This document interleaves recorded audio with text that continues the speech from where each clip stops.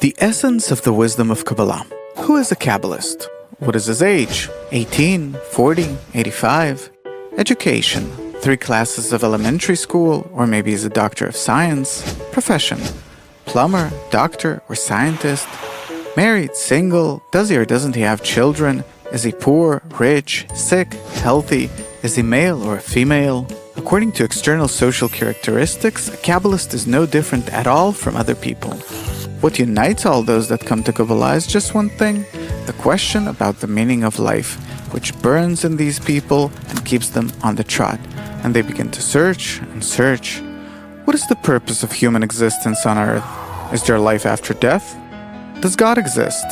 Does a person have freedom of choice? Is it possible to control destiny? How to become happy? The science of Kabbalah answers all these questions. What is Kabbalah? A lot of legends, falsifications, and fictions arose around this science. Kabbalah has been hidden for hundreds of years in anticipation of the time when humanity will be able to accept and correctly use Kabbalistic knowledge. Only at the end of the last century did Kabbalah begin to spread throughout the world. Kabbalah is no more and no less than a sequence of roots which hang down by way of cause and consequence, by fixed, determined rules, interweaving to a single exalted goal, described as the revelation of his godliness to his creatures in this world. Bala Sulam, the essence of the wisdom of Kabbalah. Revelation includes 3 stages: knowledge, understanding, and most importantly, attainment. The Creator is a property of love and bestowal. The created being has a desire to receive pleasure. The created being includes the whole world: stones, plants, animals, and of course, man. This world is a reality perceived by our 5 senses. The language of Kabbalah. Kabbalistic books do not describe the events of our world, but only spiritual reality.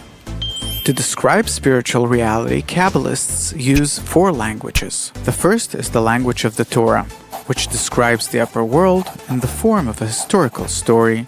In the beginning, God created the heaven and the earth, Bereshit, which means He created the desire to bestow and the desire to receive.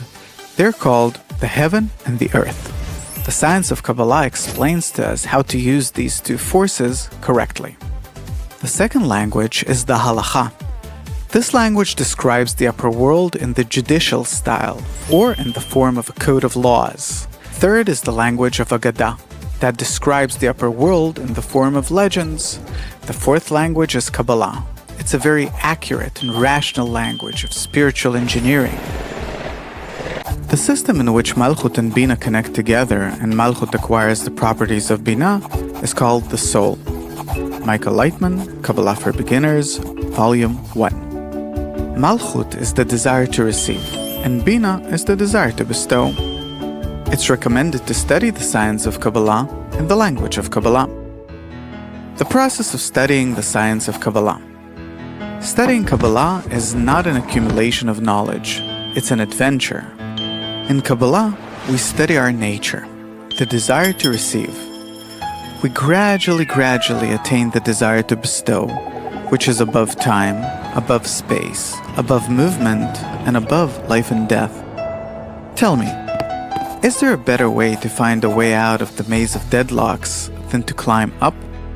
Look at the maze from above and see the whole picture. The science of Kabbalah raises a person to a level from which he sees the whole picture, and he attains why everything was created.